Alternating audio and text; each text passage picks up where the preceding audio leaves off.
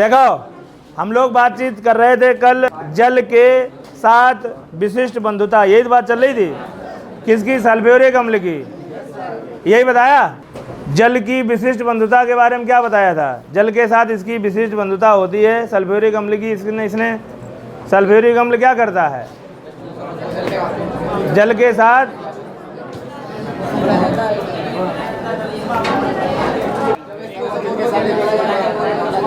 जब जल में घोला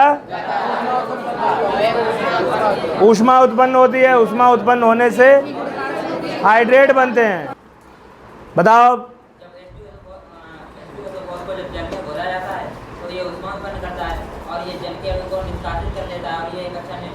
निर्जलीकारक होता है। इसका मतलब क्या हुआ जाकर के ये पानी को बाहर निकाला। बड़ा भाई होता है पानी का, बताया था हमने।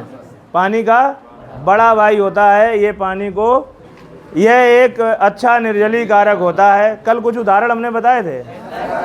क्या उदाहरण बताया था? पहला हाँ, देखो यह एथिल अल्कोहल से जल के अणुओं को निकाल देता है। रिएक्शन हो गया था पूरा। अच्छा, फार्मिक अम्ल के बारे में बता रहे थे। देखो फार्मिक अम्ल को फार्मूला बताइए बेटा। HCOOH किसके साथ ट्रीट करवा रहे हैं? कॉन्क माने शांत, H2SO4। यह एक निर्जलीकारक होता है। यह पानी को क्या करता है? बाहर निकाल देता है। तो देखो OH यहाँ से निकलेगा और H यहाँ से निकलेगा। OH को मतलब जो OH है हीन से OH निकलो, हीन से H निकलो, क्या बनिगो? H2O बनिगो।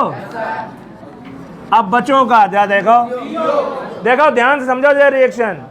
बचा क्या? C बचा। क्या ये CO2 नहीं हो जाएगा? क्या ये CO2 हो जाएगा? तो यहाँ हो जाएगा CO2। बैलेंस है क्या? कहाँ लगाएं? जल्दी बताओ।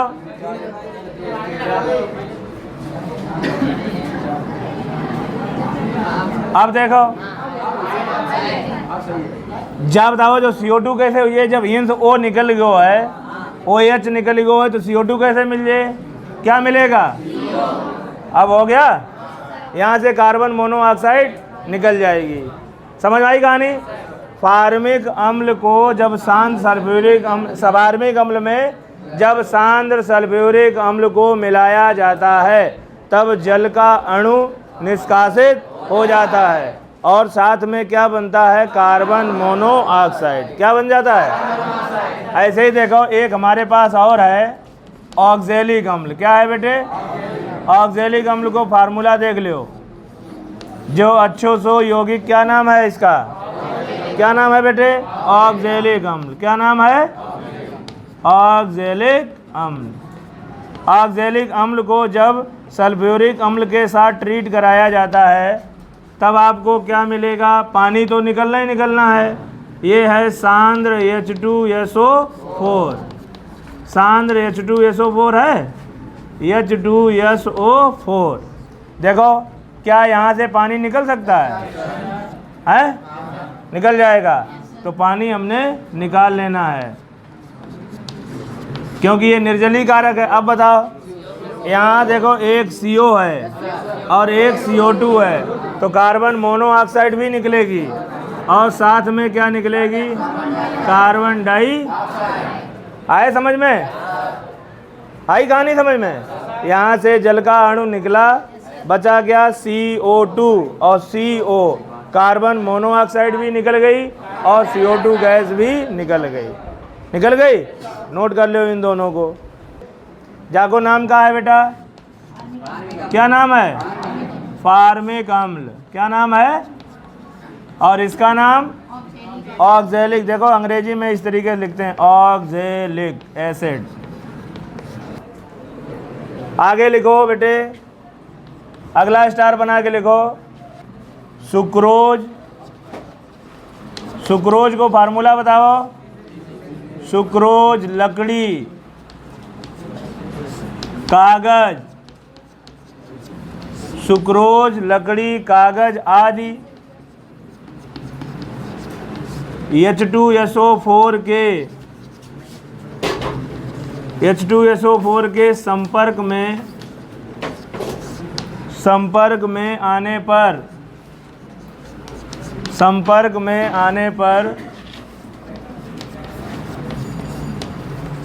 पर झुलस जाते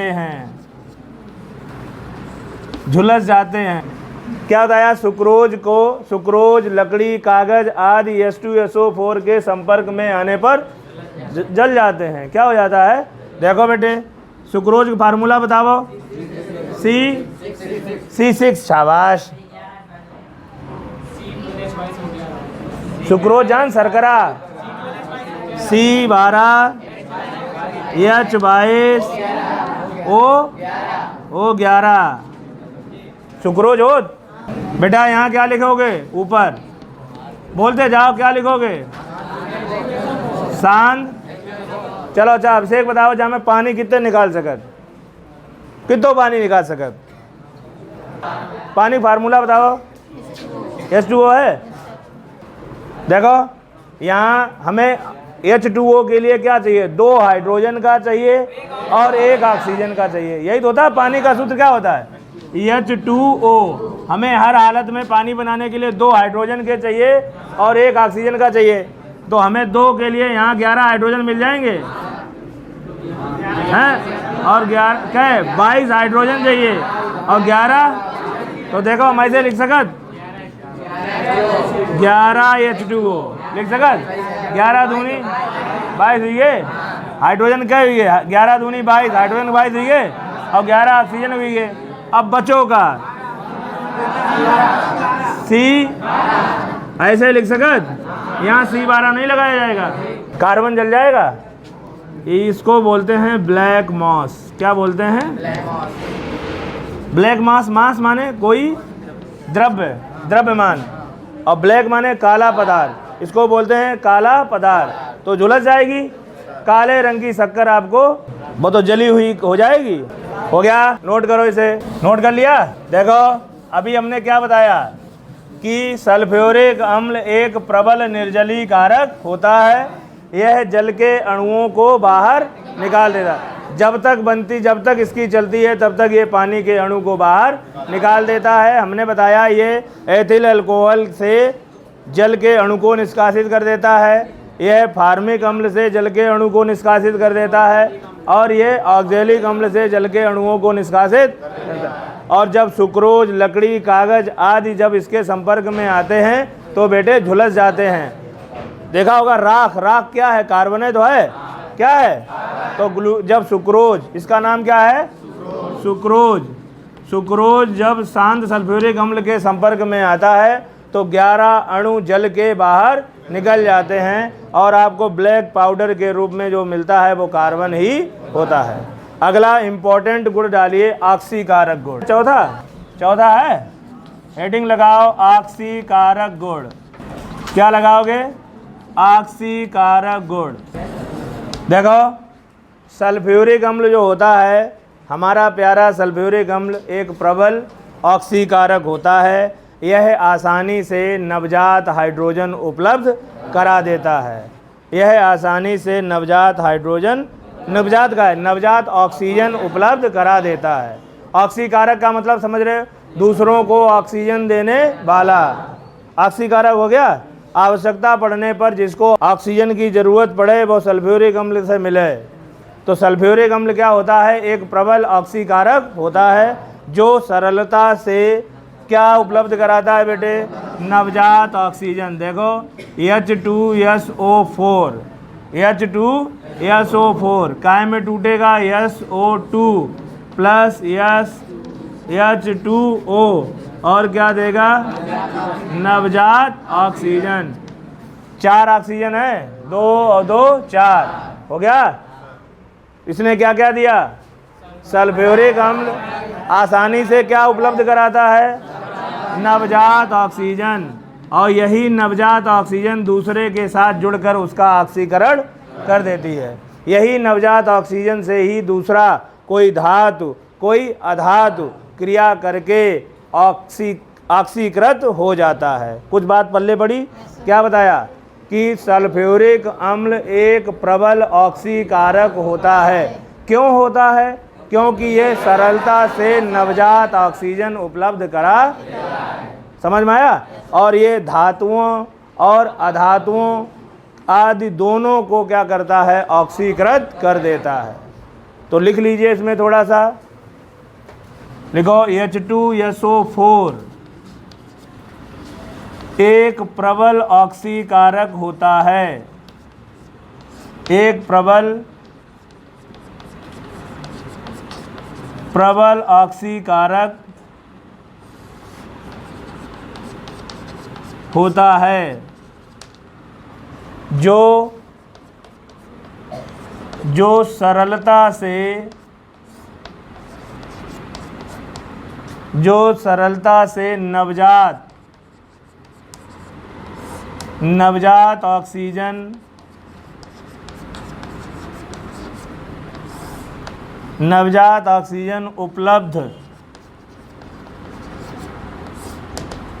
नवजात ऑक्सीजन उपलब्ध करा देता है। H2SO4 एक प्रबल ऑक्सीकारक होता है जो सरलता से नवजात ऑक्सीजन उपलब्ध करा देता है। बेटे ये रिएक्शन लिख लो। फिर एक बात लिखो, धातुएं एवं अधातुएं दोनों ही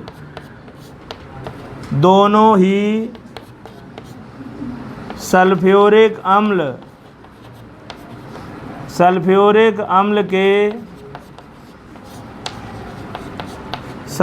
अम्ल के संपर्क में आने पर धातुएं एवं अधातुएं दोनों ही H2SO4 अम्ल के संपर्क में आने पर ऑक्सीकृत हो जाती हैं। इनके रिएक्शन बहुत इंपॉर्टेंट हैं। देखो इधर नोट कर लिया सबने, इधर बताते हैं, हटाएं ये सब। देखो हमने क्या, इसने क्या बताया गया? बोलो, धातुएं एवं अधातुएं। धातु क्या होती हैं? विद्युत धनी। अधातु क्या होती हैं? विद्युत ऋणी, है ना? जैसे सोडियम क्या है? धातु। कार्बन क्या है? अधातु। सल्फर क्या है? अधातु। और कॉपर धातु है। आयरन, हाँ। तो यहाँ क्या बताया? धातुएं एवं अधातुएं दोनों ही सल्फ्यूरिक अम्ल के संपर्क में आने पर ऑक्सीकृत हो जाती हैं। सबसे पहले कॉपर ले लें। कॉपर ने क्या किया? सान सल्फ्यूरिक अम्ल के साथ, किसके साथ? देखो H2SO4 हमको लेना होगा 2। कितना लेना होगा? अभी देखना इस तरीके से आप बिल्कुल ये रिएक्शन हलवा हो जाएगा, खा के ही जाना सब लोग। देखो यहाँ से, देखो अभी हमने क्या बताया? सल्फ्यूरिक अम्ल जब किसी के साथ ऑक्सीकरण व्यवहार प्रदर्शित करता है तो वो क्या क्या बनाता है? SO2 और जल देता है, तभी तो नवजात ऑक्सीजन मिलेगी। तो यहाँ एक बात जान लो, SO2 गैस निकलेगी और पानी भी निकलेगा। तो देखो यहाँ से एक SO2 यहाँ चली जाएगी, देखो ये जा रही हवा में, जा रही है, और एक SO2 इधर से जा रही है। तो यहाँ SO2 तो निकल ही रही है, निकल रही कि नहीं? SO2। अब देखना ये कॉपर जो है क्या सल्फेट से क्रिया नहीं करेगा? कॉपर सल्फेट से क्रिया करेगा तो क्या बनाएगा? CuSO4 बनाएगा। अब देखो यहाँ से एक सल्फर डाइऑक्साइड निकली, यहाँ से एक सल्फर डाइऑक्साइड निकली। अब क्या बचा? एक तो सल्फर, यहाँ एक तो सल्फर ने क्या करा? ध्यान रखना, अभी एक ने कॉपर सल्फेट, इस वाले सल्फेट ने क्या बना लिया? कॉपर सल्फेट बना लिया। यहाँ से एक SO2 निकली, क्या मान लो? यहाँ से SO2 निकली, बचे कितने ऑक्सीजन के? 2 बचे हैं। 2 ऑक्सीजन के बचे तो क्या निकल जाएगा? हैं? H2O निकल जाएगा। क्या H2O? हाँ, अब आई लाइन पे बात। 2 देखो बैलेंस है,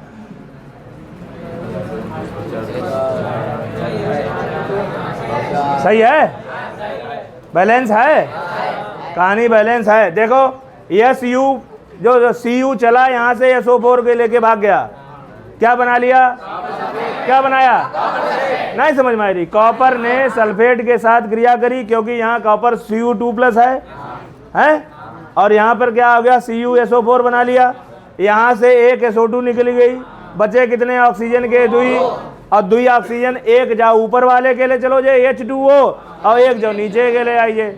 2 ऑक्सीजन बचे, 2 ऑक्सीजन हाइड्रोजन अकेलो 2 बचो ऊपर, तो एक ऑक्सीजन 2 H2O बना लिए जाए और एक ऑक्सीजन नीचे वालों H2O बना लिए जाए, तो कई अणु बन गए? 2 अणु बन गए। Reaction clear? चाहे अगर लिखो चाहो तो 2 H2SO4 भी लिख सकते हो, लेकिन समझने के लिए आप कॉपी में ऐसे ही नोट करो। परीक्षा में जब आए तब Cu2H2SO4। कहानी समझ में आई? ठीक, नोट करो इसे।